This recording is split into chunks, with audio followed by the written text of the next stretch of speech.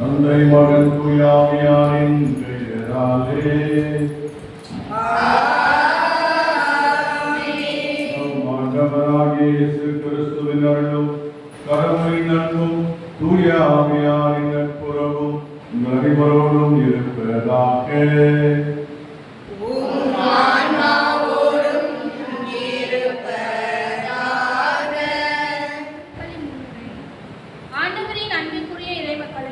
இன்று நாம் பொதுக்காலத்தின் 11ஆம் ஞாயிறு வழிபாட்டை கொண்டாடுகின்றோம்.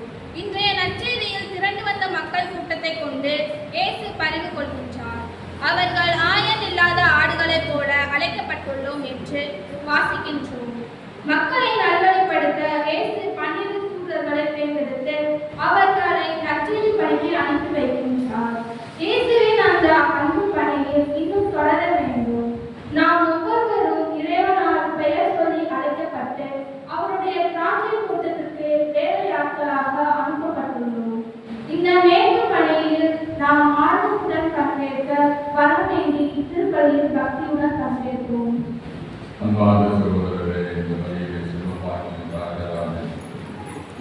குடும்பத்தினை ஆசிரியர்கள் அரசை இளங்கோவத்தை சமாதானத்தினார் குழுவை ஆசிரியரையும் மகிழ்ச்சி சமாதானம் கிடைக்க குடும்பத்தினருக்கு மரியாதை அன்புறுத்தி ஆண்டு குருவான் அமர்வை பார்த்து வலிமை நாம் எழுதியிருப்போம். நம்முடைய தனிப்பட்ட தேவைகளையும் இவ்வகையை நாம்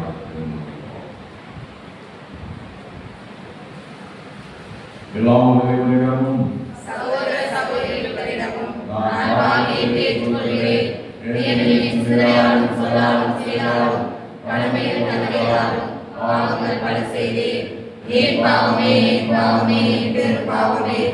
ஆகையால் எப்பொழுதும் கண்ணியான குற்றவாளிகளையும் வானதூதர் புனிதர் அனைவரையும் சகோதர சகோதரிகளையும் நம் இறைவனாகிய ஆண்டவரிடம் எனக்காக வேண்டிக் கொள்ள மன்றாடுகிறேன். வைத்து நம் பாவங்களை மன்னித்து இறைவாழ்வுக்கு அழைத்துச் செல்வாராக. ஆமென். ஆண்டவரே இரக்கமாயிரும். ஆண்டவரே இரக்கமாயிரும். கிறிஸ்துவே இரக்கமாயிரும். கிறிஸ்துவே இரக்கமாயிரும். ஆண்டவரே இரக்கமாயிரும்.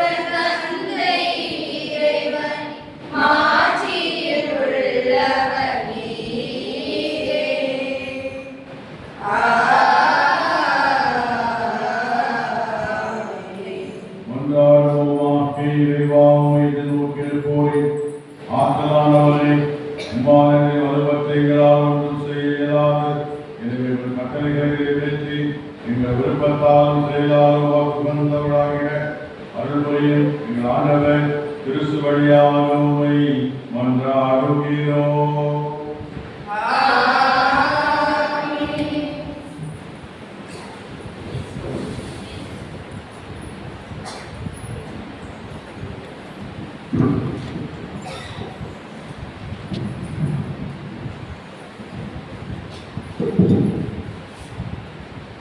முதல் வாசகம். எனக்கு நீங்கள் குருத்துவ அரசராகவும் தூய மக்களிடமாகவும் இருப்பீர்கள். விடுதலை பயண நூலிலிருந்து வாசகம். அதிகாரம் 19 இறைத்திருவசனங்கள் 2 முதல் 6 முடிய. அந்நாட்களில் ரபிதீமிலிருந்து பயணம் மேற்கொண்ட இஸ்ரேல் மக்கள் சீனாய் பாலைநிலத்தை வந்தடைந்து பாலைநிலத்தில் பாளையம் இறங்கினர். அங்கே மலைக்கு முன்பாக இஸ்ரேலர் பாளையம் இறங்கினர். ஆனால் மோசே கடவுளிடம் ஏறி சென்றார். அப்போது ஆண்டவர் மலையில் நின்று அவரை அழைத்து, யாக்கோபின் குடும்பத்தாருக்கு நீ சொல்ல வேண்டியது, இஸ்ரேல் மக்களுக்கு நீ அறிவிக்க வேண்டியது இதுவே. நான் எகிப்திற்கு செய்ததையும் கழுகுகளின் ரெக்கைகளின் மேல் உங்களை ஏந்தி என்னிடம் வந்து சேர செய்ததையும் நீங்களே கண்டீர்கள். நீங்கள் என் வார்த்தைக்கு செவிசாய்த்து என் உடன்படிக்கையை கடைபிடித்தால் அனைத்துலகும் என் உடமை எனினும் நீங்களே எல்லா மக்களிடங்களிலும் என் தனி சொத்தாவீர்கள். மேலும் எனக்கு நீங்கள் குருத்துவ அரசாகவும் தூய மக்களிடமாகவும் இருப்பீர்கள். இது ஆண்டவர் வழங்கும் அருள்வாக்கு.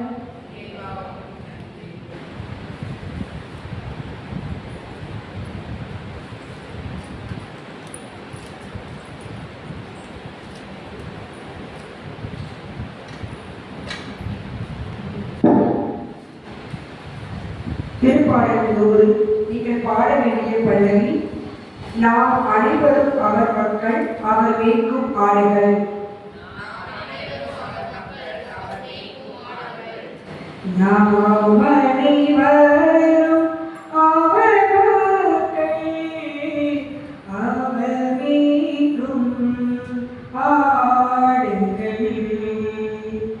நாம்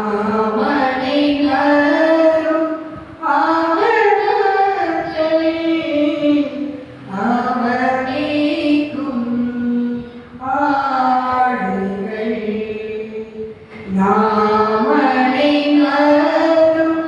அவர் மக்கள், அவர் மேய்க்கும் ஆடுகள். அணிந்துளவோரே, ஆண்டவரை ஆர்ப்பரித்து வாழ்த்துங்கள். ஆண்டவரை மகிழ்ச்சியுடன் வழிபடுங்கள். மகிழ்ச்சி நிறை பாடலுடன் அவர் திருமுன் வாருங்கள். நாம் அனைவரும் அவர் மக்கள், அவர் மேய்க்கும் ஆடுகள். நாம் அனைவரும் அவர் மக்கள், அவர் மேய்க்கும் ஆடுகள். ஆண்டவரை கடவுள் என்று உணருங்கள். அவரை நம்மை படைத்தவர். நாம் அவர் மக்கள், அவர் மேய்க்கும் ஆடுகள். நாம் அனைவரும் அவர் மக்கள், அவர் மேய்க்கும் ஆடுகள். நாம் அனைவரும் அவர் மக்கள், அவர் மேய்க்கும்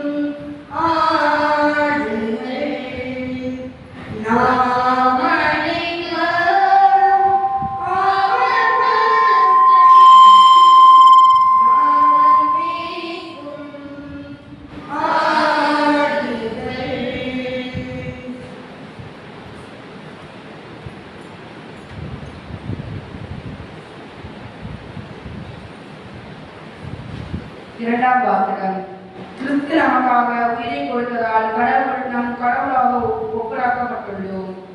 திருத்தூதர் பவுல் ரோமேயருக்கு எழுதிய திருமுகத்திலிருந்து வாசகம் அதிகாரம் 5 இறைத்திருவசனங்கள் 6 முதல் 11 முடிய. சகோதர சகோதரிகளே, நாம் இறைப்பற்றியின்றி வலுவற்று இருந்த போதே குறித்த காலம் வந்ததும் கிறிஸ்து நமக்காக தன் உயிரை கொடுத்தார்.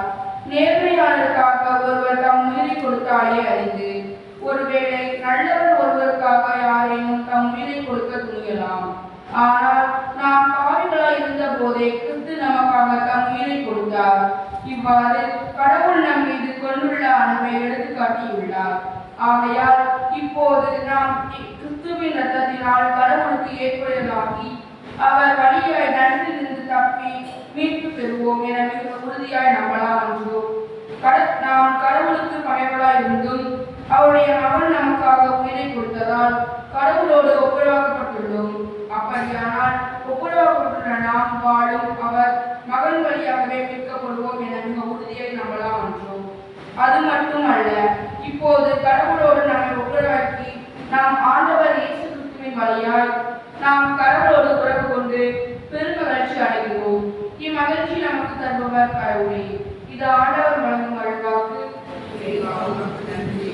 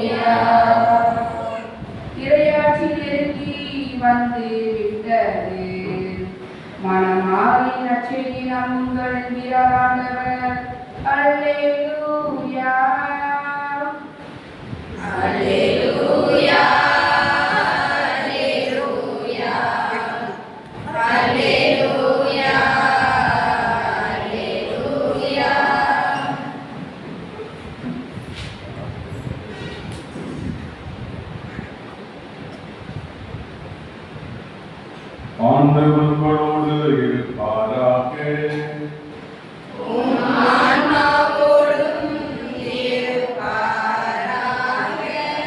புனித மத்தேயு நற்செய்தி நூலிலிருந்து வாசகம்.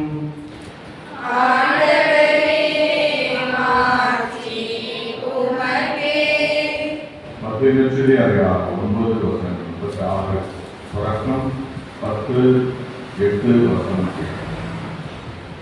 இந்த மக்கள் இயேசுவை கண்டபோது அவர்கள் மேல் பரிவு கொண்டார். ஆயரில்லா ஆடுகளைப் போல அலைக்கழிக்கப்பட்டு சோர்ந்து காணப்பட்டார்கள். அப்போது அவர்கள் சீடரை நோக்கி, அறுவடை மிகுதி, வேலையாட்களோ குறைவு. ஆகையால் தேவையான வேலையாட்களை நமது அறுவடைக்கு அனுப்பும்படி அறுவடையின் உரிமையாளரிடம் வந்தார்கள் என்றார். இயேசு சீடர் 12 வரவழைத்தார். தீயாவிகளை ஓட்டவும் நோய் நொடிகளை குணமாக்கவும் அவர்களுக்கு அதிகாரம் அளித்தார். அத்திருக்குறள் 12 பெயர்கள் பின்வருமாறு. முதலாவது பேதுரு என்னும் சீமோன், அடுத்தவருடைய சகோதரர் அந்திரேயா, செபதேயுவின் மகன் யாக்கோபு, அவருடைய சகோதரர் யோவான், பிலிப்பு, பர்த்தலமேயு, தோமா, வரி நந்தினவராகிய மத்தேயு, அல்பேயின் மகன் யாக்கோபு, ததேயு, தீவிரவாத இந்த சீமோன், இயேசுவை காட்டிக் கொடுத்த யூதாஸ் இஸ்காரியோத்து. இயேசு இந்த 12 அனுப்பும்போது அவர்களுக்கு அறிவுரை கூறியது. பிற இடத்தாரை எப்போதைக்கும் செல்ல வேண்டாம், சமாரியாவின் நகரத்தில் நுழைய வேண்டாம், மாறாக வழிதவரை போன ஆடுகளான இஸ்ரேல் மக்களிடமே செல்லுங்கள். அப்படி செல்லும்போது இன்னரசு நெருங்கி வந்துவிட்டது என பறைசாற்றுங்கள். நலமுற்றியவர்களை குணமாக்குங்கள், இறந்தோரை உயிர் பெற்றச் செய்யுங்கள், ஒரு நோயாளரை நலமாக்குங்கள், பேய்களை ஓட்டுங்கள், கொடையாக பெற்றீர்கள், கொடையாகவே வழங்குங்கள் என்றார். ஆண்டவரின் அருள்வாக்கு.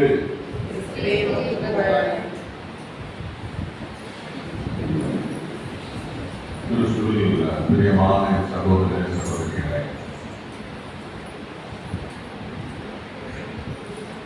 நற்செய்தியிலே வாசிக்க கேட்டோம்.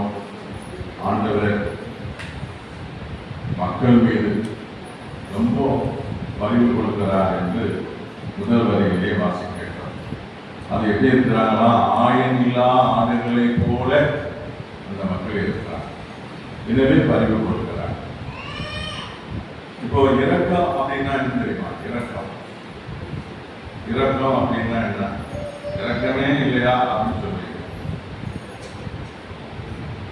அதை எப்படி வர்ணிக்கிறது, எப்படி சொல்றது? ஒருத்தர் மேல ஒருத்தர் கஷ்டப்படுறாங்க, இந்த கஷ்டப்படுறவங்க மேல நாம என்ன செய்யறோம்? இரக்கம் சொல்றோம். ஐயோ பாவம், சரி அவனுக்கு ஏதாவது நம்ம ஒரு பிச்சைக்காரன் தானே, பிச்சைக்காரன் பாவம், ஐயா சாப்பிடுறா லட்சண பாவம், ஒரு 2 சப்பாத்தியோ 2 புரோட்டா வாங்கி கொடுப்போம், இல்லைன்னா சாப்பிடுவோம்பா அப்படின்னு சொல்லி காசு கொடுப்போம். இந்த பயணத்தில் அவர்கள் வழியாகிட்டாங்கன்னா ஏதாவது பயணம் மேற்கொள்ள காசு கொடுத்து டிக்கெட் வாங்கி கொடுப்போம். இப்படி சொல்லி பண்ணி இது இரக்கம் கொள்வது. பரிவுன்னா என்ன? பரிவு அப்படின்னா அது ஆழமான ஒரு சொல். பரிவு என்பது ரொம்ப இரக்கத்தை விட ஆழமான சொல். நீங்க இரக்கத்துல பாவம் அப்படின்னு தான் சொல்றேன். பரிவு எப்படின்னா என்ன வளர்த்து கொடுக்குறான்னா, பிறருடைய துன்பத்தை தன் துன்பமாக ஏற்று உணர்வதுதான் பரிவு. அப்போ பரிவு நமக்கு இருக்கா? யாரையும் உதாரணம் சொல்ல முடியுமா? அவங்களாம் ரொம்ப பரிவுள்ளவர். கடவுள் தான் இங்கே பரிவு கொண்டாரு. அவங்க துன்பத்தை, அவங்க பசியை, அவங்களுடைய சங்கடத்தை, அவருடைய உடல் நோயை தன்னுடைய நோயாக, தன்னுடைய கவலையாக பார்க்கிறவர் ஆண்டவர். இப்படி யார் ஒருவர் அப்படி பார்க்கிறாங்களோ அவர்கள் தான் மற்றவர்களுக்கு பரிவு கொண்டார். சரி, ஒரு கொஸ்டின் பாரு. இப்போ ஒரு பந்தம் குடும்பத்தில் என்ன பந்தம்? புருஷன் கொண்டாடி திருமணம் பண்ணிக்கிறார். துன்பத்திலும் உடல் நலத்திலும் நோயிலும் நான் உனக்கு பிரமாணிக்கமாகிறது. வாழ்நாள் எல்லாம் உன்னை நேசிக்கவும் மதிக்கவும் வாக்களிக்கிறது. கல்யாணம் செஞ்சுங்களா? மறந்து வச்சோம். சரி, இங்கே நான் ஒரு கொஸ்டின் கேட்கிறேன். எந்த கணவராவது மனைவி படுகிற துன்பம், கஷ்டம், கவலை இதை தன் கவலையாக கஷ்டமாக பாதிக்கிற கணவன் இருக்காங்களா? இருந்த பாராட்டு. எந்த மனைவியாவது கணவனுடைய துன்பத்தை தன் துன்பமாக ஏற்று உணர்ந்து வாழ்கிற மனைவியாக இருக்கிறாங்களா?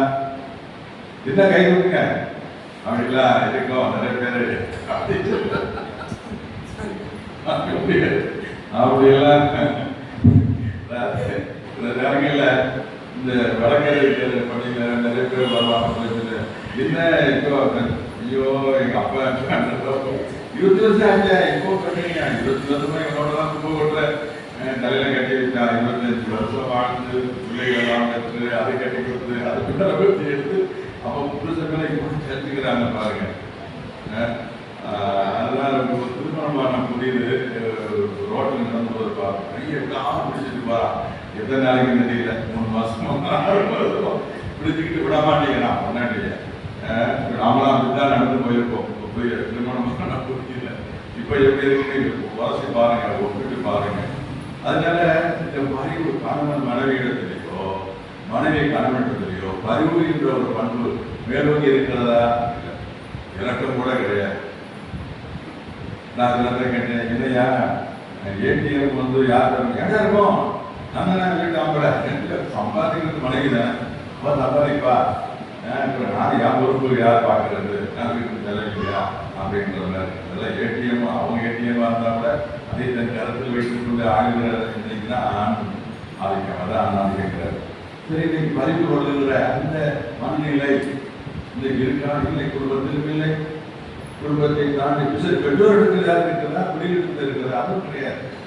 என்னையா இந்த இந்த பாண்டு, இந்த பிணைப்பு என்னது? இது சமூக கடமை, சமூக கட்டு, அவ்வளோதான். அதுக்கு ஓரளவுக்கு தொடக்க காலத்தில் கொஞ்சம் இருந்தது. இப்போ வர இல்லை. தொடக்க காலத்தில் திருச்சை விட்டுருங்களேன், சினிமாவே எடுத்துக்கொள்ளுங்களேன்.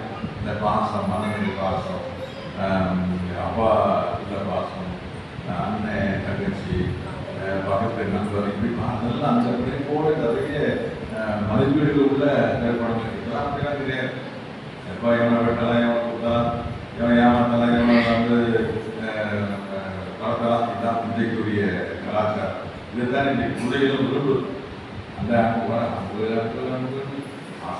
மாசம் இதே சொல்லி கிடக்காங்க அப்படின்னு சொல்லி பிள்ளைகளுக்கு இப்போ அதை அதில் வந்து விருப்பம், அந்த அன்பெல்லாம் பிடிக்கல. இந்த பரிவு என்ற இந்த வார்த்தைக்கு நான் சொன்னது போல இந்த பிறருடைய கஷ்டத்தை தன் கஷ்டமாக உணர்கிற மனநிலை தான் அப்போ இயேசுவிடத்துல அந்த உணர்வு இருக்கிறது. எல்லாரும் பார்க்கிற திரண்டிருந்த மக்களை அவங்க ஆயனில்லா ஆடுகளாக தவித்து கிடந்தார்கள். அறிவு கொள்கிறார், கஷ்டத்தை உணர்கிறார். அப்போ ஒவ்வொன்றா பார்க்கணும். இயேசு கிறிஸ்துவுடைய செயல்பாடெல்லாம் பார்க்கணும். ஒரு மனிதன் பார்வையில் இருக்கிறார். அப்போ அங்கே அந்த பரிவு வேலை எப்படி வருகிறார்? தனக்கே பார்வை இல்லாத மாதிரி தொழு நோயாளி தனக்கு ஒன்றுதான் உணர்கிறார். அதுபோல ஒரு பெருமாடுகளை பெற்றார், தனக்கு ஒன்றுதான் உணர்கிறார். அப்போ அவருடைய செயல்பாடுகளை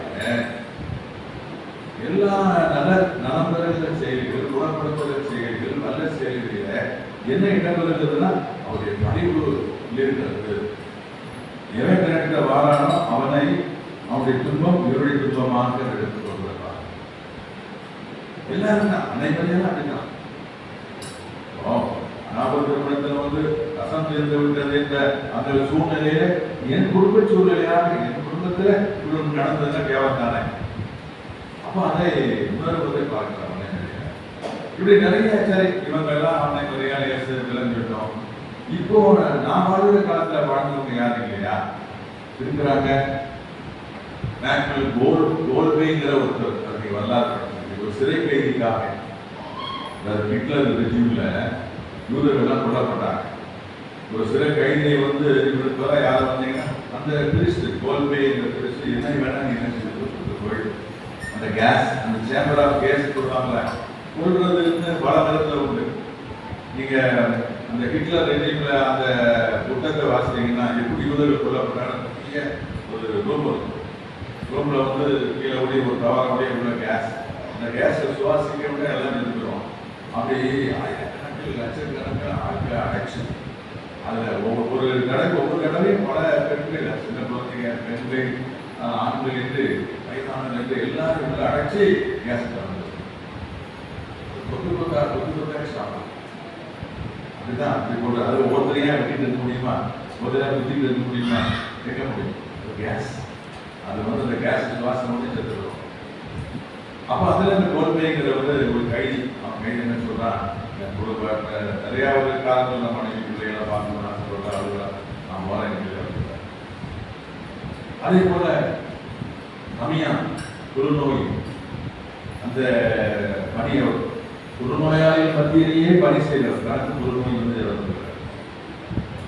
இப்போ இவர் நம்முடைய மதர் அன்னை தெரசா நிர்வாகத்தில் இருக்கிறவங்கெல்லாம் அவங்களாம் அழைத்து உடைத்து உங்களை கல்வி மருத்துவம். இப்போ இவங்க இந்த உணர்வு எப்படி வரும்? ஆனால் அந்த நோய் எனக்கு வந்ததாக உணர்வு அதான் பரிமாற்றம். ஒருவருக்கு இருக்கிற அந்த கவலை, கஷ்டம், துன்பம், துயரம் எனக்குள்ளாக நானே அதை உணர்கிற மாதிரி அது அந்த உணர்வுகள் எப்படிதான் செய்ய முடியும், இல்லைன்னா அந்த ஒரு பெரிய விஷயம். இப்போ இயேசுவே எடுத்துக்கொண்டா இவங்களை விட மேலான நிலை. அந்த பரிவு எந்த அளவுக்கு இறங்குதுன்னா, அந்த அன்பும் பரிவு எந்த அளவுக்கு போகுதுன்னா, தன்னையே முழுமையாக கொடுக்கும் அளவுக்கு இந்த மாநில மக்களுடைய மீட்புக்காக தன்னையே முழுமையாக கொடுக்கும் அளவுக்கு பரிவு தான் பரிவு. ஒரு சிலுவை சாப்பு கொடுத்து ஒரு குற்றத்தையான ஒரு சாமான சிலுவையில் சொல்லுங்க, யோசிச்சு பாருங்க. அவரை இழைக்காதவன் ஒருத்தர் சிலுவையில் அறையப்படனா அது என்ன இருக்கும்? அப்ப எதற்காக அந்த மாநில மக்கள் பாவத்திலே விழுந்திருக்கிற இந்த மக்கள் மீட்கப்பட வேண்டும் என்பதற்காக அவங்களுடைய பாவத்தின் மீது, அவங்களுடைய குற்றங்கள் மீது பரிவு கொண்டு அந்த குற்றத்தை தன்மையில் சுமந்து நான் கழுவாயாக என்ன செய்கிறார், சிலுவையில் அறையப்பட. இதுதான் அந்த அவருடைய பரிவுடைய பேசுவார். இப்போ தமிழானும் சரி, அந்த கோர்வையும் சரி, அந்த தெரசாவும் நிறைய பேர் இருக்கிறாங்க. குடும்பத்தை தன் குடும்பம் தன் குடும்பத்தை கஷ்டத்தை தன் கஷ்டமாக ஏற்று தன்னை தியாகம் செய்து வாழ்கிற துணிவு குடும்பத்தில் இருக்கிறத பார்க்க ஒரு சிறுமி காந்தியிடத்துல கேட்டார், கருத்தெல்லாம் என்ன நீங்க சட்டம் இல்லாம இருக்கிறீங்க, சட்டம் வாங்கி தரலாம் கேட்டார். இல்ல நான் சட்டம் போட காரணம் இதே போல எத்தனையோ பேர் என் சகோதரர்கள் நிறைய பேருக்கு அவங்களுக்கு ஏழ்மையில வாழ்றாங்க, கொடுத்தவருக்கு புண்ணியெல்லாம் சொல்லுறத அவங்களுக்கு சேர்த்து நான் என்ன செய்யறேன் வாங்கி தரேன். அவர் சொல்றாரு 40 கோடி மக்கள் அப்போ அன்னைக்கு இன்னைக்கு 40 கோடி சேர்ந்தவர் அது கூடிட்டே இருக்கு. அப்போ அந்த 40 கோடி மக்கள் இருக்கணும் வாங்கி தர முடியுமா பாப்பா அப்படின்னு சொல்லி அந்த சிறுமிக்கு ஒரு பதில் கொடுத்தார். அப்போ அவருடைய உணர்வு என்ன, ஏழைகளையும் அவருக்கு அந்த வரலாறு தான் ஒன்று மட்டும் இல்லை, நிறைய இருக்கலாம். நான் சட்டை அணியாமல் கோமனம் அணிந்து கொண்டு அவருக்கு எல்லா தனியாக அந்த யாத்திரை கலந்து கொடுத்தாரு இல்லையா, இவர் வட்ட பெஞ்சமானார்களா, அதுக்கு பின்னாடி அவ்வளோதான் மக்களுடைய கஷ்டத்தை நான் எனக்குள்ளாக ஏற்று நான் செயல்படுகிறேன் அப்படிங்கிறதான் அவருடைய கருத்தாக. இன்னைக்கு பதிவு என்ற ஒன்று ஒரு இடத்துல, ஒரு நபரிடத்துல, ஒரு சமூகத்துல, ஒரு குடும்பத்துல, ஒரு ஆலயத்துல, ஒரு அங்கயத்துல இருந்ததுன்னா யோசிச்சு பாருங்க. ஜாதி இருக்காது, மதம் இருக்காது, ஏற்றத்தாலும் இருக்காது, ஒண்ணு இருக்காது, இருக்குமா? பதிவுங்கிறது எங்க போய் தேடுறது. அந்த பதிவுள்ள இன்னைக்கு அந்த கடைசி வார்த்தையை நான் சொல்கிறேன். அதாவது ஆயில்லா ஆடுகள் போல் தவிர்த்து கிடக்கிறாங்க. ஆண்டவர் அனுப்புகிறார் 12 பேரை. நீங்க அனுப்புகிற பொழுது அறுவடைய உறுதி வேலையாட்களோ குறைவு என்று சொல்லித்தான் இவங்க அனுப்புறாரு. எப்படிப்பட்ட வேலையால் குறைவு? அறிவு கொள்ளுகிற வேலையால் குறைவு. சும்மா வேற எந்த விதமான வேலையாலும் தேவையில்லை, அறிவு கொள்ளுகிற வேலையால். அறுவடை நிறைய இருக்கிறது. அறுவடை உலகம் முழுவதும் அறுவடைக்கான இடம் தான். இந்த உலகம் முழுவதும் அறுவடைக்கான இடத்தை மக்களை அறுவடை செய்துன்னா வேலையாட்கள் எப்படிப்பட்ட வேலையாட்கள்? அறிவு உள்ளம் கொண்ட வேலையாட்கள் தேவை. அதனால ஒரு அனுப்புறாரு. உங்க அருமையா அப்படிப்பட்ட ஆட்களை நீங்க என்ன செய்யுங்க, கொண்டு வாங்க, அவங்களுக்கு செய்தியை சொல்லுங்க. சும்மா வெறுமனே இல்லை, இன்னைக்கு நிறைய அழைத்தெல்லாம் இருக்குது.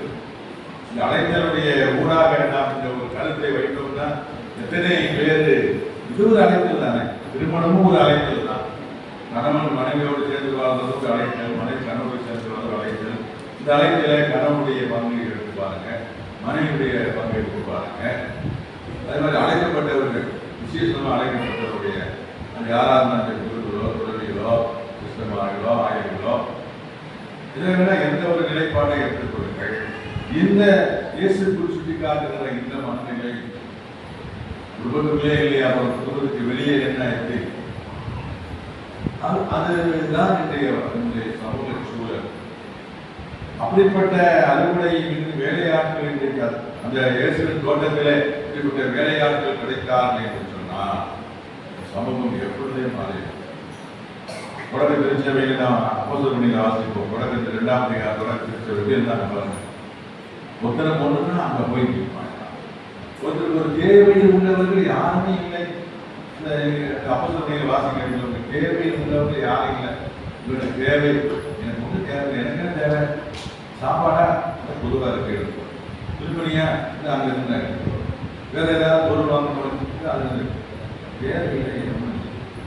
ஆனால் அது வந்து சேர்க்கணும் மரச்செடிகள் என்ன கிடையாது. தேவை 5 ரூபாய்க்கு 5 ரூபா தான் எடுப்பான். ஒரு பொருள் 100 ரூபாய் 100 ரூபாய். தேவையில் உள்ளவர் யாரும் தேவை நிறைவு செய்யப்பட்டது. எல்லாம் ஒரு பொருளாக இருந்தது. நிலத்தை விளைய எல்லாம் சேர்த்து உழைப்பாங்க. அது பொது பொருளாக, அந்த விளைச்சல் பொது பொருளாக இருக்கும். அதுக்கு எனக்கு அரை பக்கம் போகணும்னா பிச்சை இல்லாமல் அந்த அரை பக்கம் நெல் இது அரைச்சி வாங்கி சமைச்சு வைக்கலாம். இது சேர்த்து வைக்கக்கூடிய வாய்ப்பு.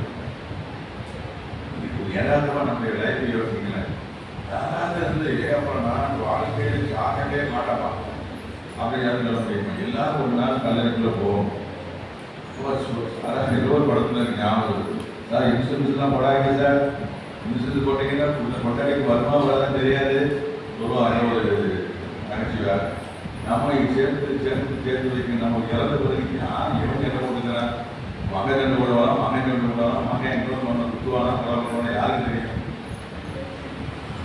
அப்போ அதுக்கு என்ன ஆன்சர்னா, எங்க வந்து வருங்கால சந்ததிக்கு வந்து சேர்த்து வைக்கிறதுலாம் ரொம்ப தவறான. ஆனால் ஒன்று செய்யலாம், நம்முடைய குழந்தைகளை என்ன செய்யணும், அறுதியுள்ள குழந்தைகளாக நீங்கள் உருவாக்கணும். படிக்கணும், உழைக்கக்கூடிய தகுதியை உருவாக்கிட்டு அவன் வச்சுக்கிறோமா. உழைக்காம சோம்பேறி ஆகினா அவன் 4 மணிக்கு வந்து கொடுத்துருக்கிறான், அவன் அப்ப என்ன கொடுத்துருக்காங்க.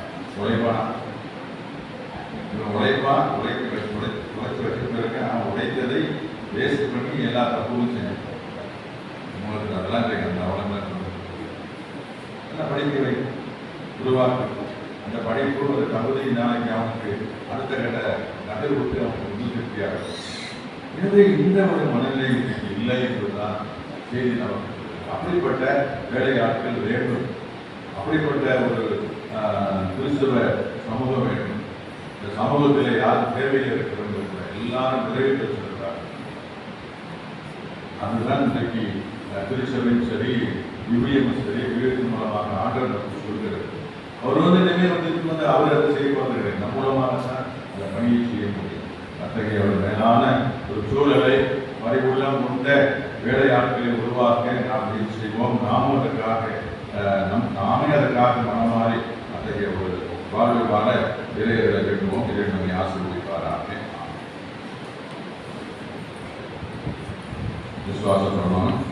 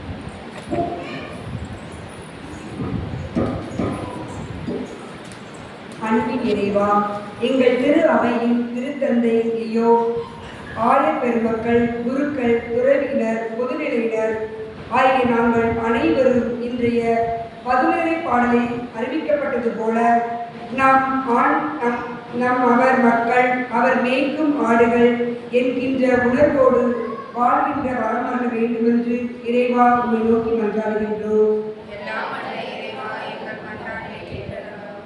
ஆகிய எல்லா ஆடுகளைப் போல் அலைக்கழிக்கப்பட்டு சேர்ந்து காணப்பட்ட மக்கள் மேல் கருது கொண்ட இயேசுவே, என் நாட்டையும் மாநிலத்தையும் ஆட்சி செய்கிற தலைவர்களுக்கு நல்புத்தியை தந்திருக்க வேண்டும் என்று இறைவா உண்மை மன்றாடுகிறோம். என் வார்த்தைக்கு செவிசாய்த்து என் உடன்படிக்கையை கடைபிடித்தால் நீங்களே என் தனி சொத்தாவீர்கள். கேட்கிற உமது வாக்குத்தத்தத்தின்படி நாங்கள் அனைவரும் உமக்குரிய மக்களாகவே வாழவும் புதிய கல்வியாண்டை தொடங்கியுள்ள எம் பிள்ளைகளும் இளையோரும் பயனுள்ள செயல்களில் தம்மை முழுமையாக ஈடுபடுத்தி உயர்நிலையை அடைய வேண்டும் என்று இறைவா உம்மை மன்றாடுகிறோம்.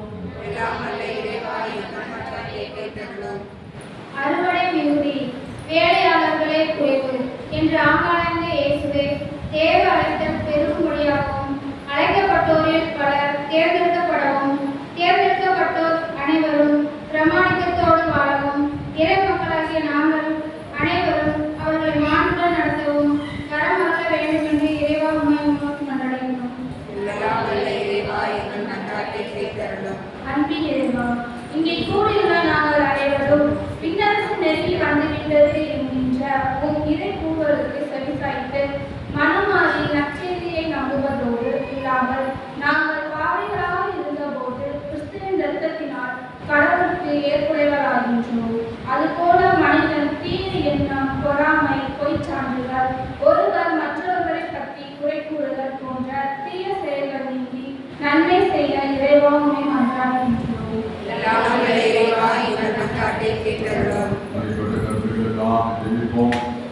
அன்பானவரை நாங்கள் உன்னை நோக்கி இருக்கிறார்கள் எடுத்துவார். ஒவ்வொருவரும் உண்மை போல பரிவு உள்ளம் கொண்ட பிள்ளைகளால் நாங்கள் வாழ்ந்து சமூகத்தில் உங்கள் இறையாட்சியை நிறுவ வேண்டிய வளர்ச்சி தான் ஆண்டு கிறிஸ்துவழியாக உங்களை கொண்டாடுகிறோம்.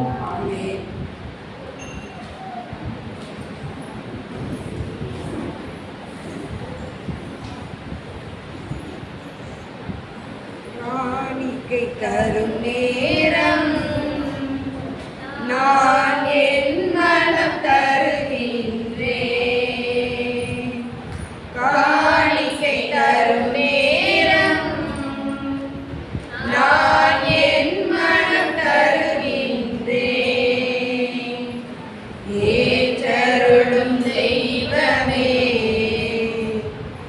எளியவன் தருகின்ற காணிக்கையை ஏற்றருளும் தெய்வமே, எளியவன் தருகின்ற காணிக்கையை காணிக்கை தரும் நேரம் நான் என் மனம் தருகின்றேன். படைப்புக்கள் பலவாயினும் பரவன் உமக்கே சொந்தம். படைப்புக்கள் பலவாயினும் பரவன் உமக்கே சொந்தம். மலராகும் என் மனம் உன்னிடத்திலே, மலராகும் என் மனம் உன்னிடத்திலே, மனம் காண ஏற்றிடுமே, மனம் காண ஏற்றிடுமே. காணிக்கை தரும் நேரம் நான் என் மனம் தருகின்றேன். காணிக்கை தரும் நேரம் நான் என் மனம் தருகின்றேன். சகோதரரே, என்னுடைய முடிவான பலியெல்லாம் தந்தை ஆண்டவனுக்கு எதிராகப்படி ஜெபியுங்கள். ஆண்டவர் தம்முடைய பேரின் புகழ்ச்சிக்காகவும் ஆட்சிக்காகவும் உமது நன்மைக்காகவும் நமது பரிசுத்த திருச்சபையின் அனைத்து நலன்களுக்காகவும் கைது இப்படியே ஏற்றுக்கொள்வாராக. இறைவா, மக்கள் தரப்பு கொடுத்து தவறற்ற காணிக்கைகளின் கூட்டவரை மூலமாக எங்கள் புதுப்பிக்கும் அருளமாக மாறச் செய்கின்றேன். எங்கள் ஆண்டவர் கிறிஸ்து வழியாக உம்மை மன்றாடுகிறோம். ஆண்டவர் உங்களோடு இருப்பாராக.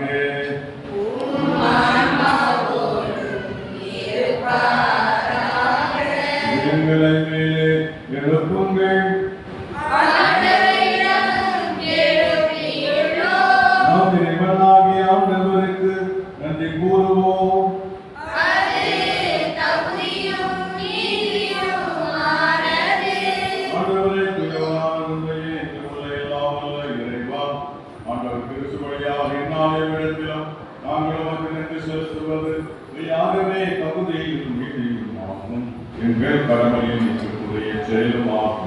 திருத்துறையை நாங்கள் கொண்டாடுகிறோம்.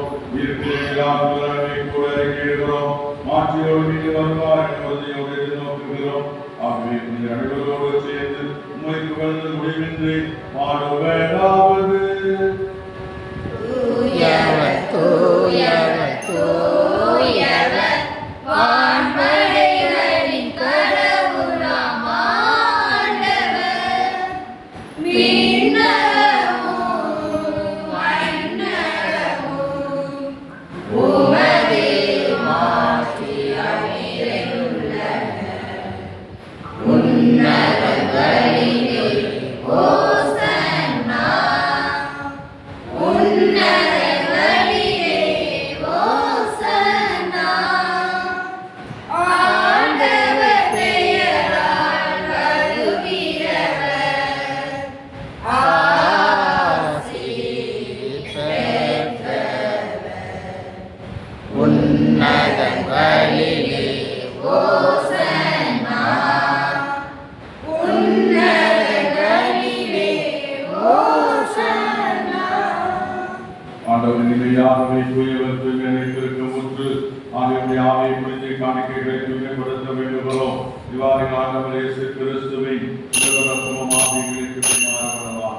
ஒரு பார்வையுட மனமுதலை கையளித்த போது அப்பத்தை எடுத்து நன்றி செலுத்தி அதை பெற்று சீடருக்கு அழைத்து கூறியதார். அனைவரிலிருந்து பெற்று உண்ணுங்கள், ஏனெனில் உங்களுக்காக கையளிக்கப்படும் என் உடல்.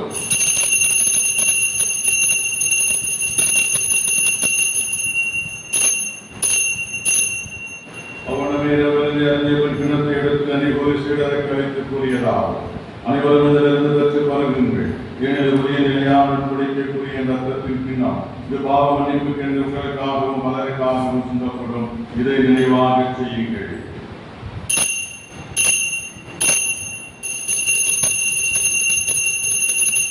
நம்பிக்கையின் மறைபொருள்.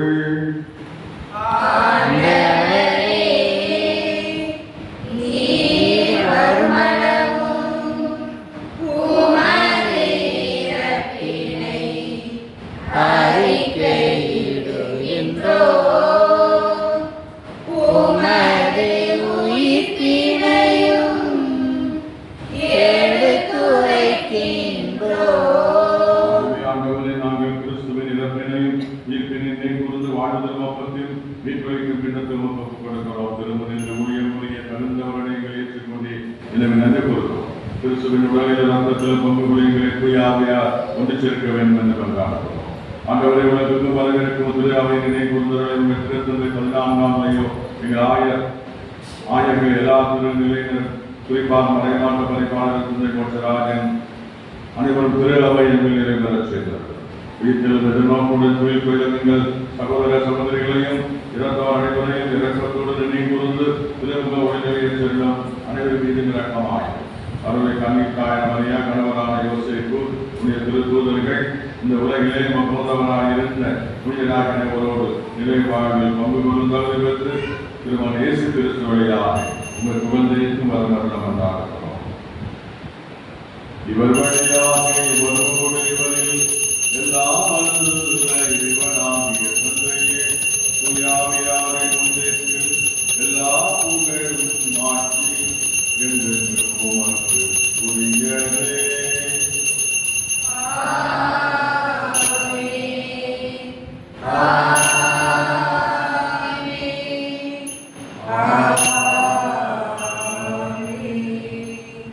ஆண்டவர் இயேசு பெற்றுக் கொடுத்து ஜெபத்தை சொல்வோம்.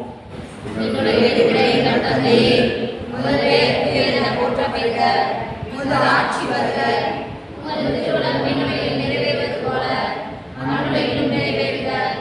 எங்கள் அன்றாட உணவை இன்று எங்களுக்கு தாரும். எங்களுக்கு எதிராக குற்றம் செய்வோரை நாங்கள் மன்னிப்பது போல எங்கள் குற்றங்களை மன்னியும். எங்களை சோதனைக்கு உட்படுத்தாதேயும், தீமையிலிருந்து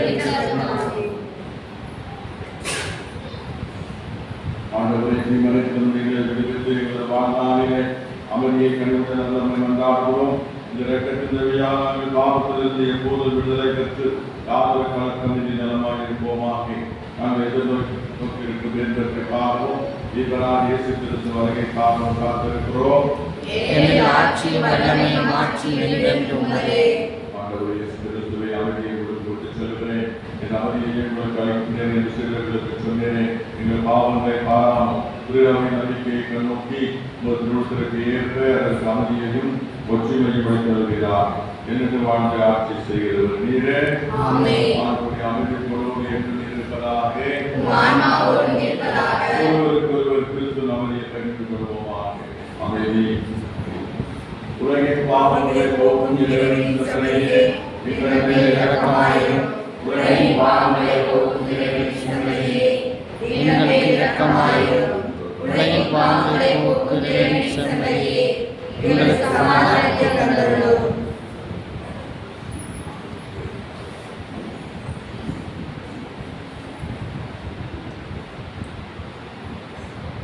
இறைவனின் செம்மறியின் உலகின் பாவங்களை போக்குகின்றவர். இந்த செம்மறியின் விருந்துக்கு அழைக்கப் பெற்ற அனைவரும் பேர் பெற்றோர். நான் மாணவன்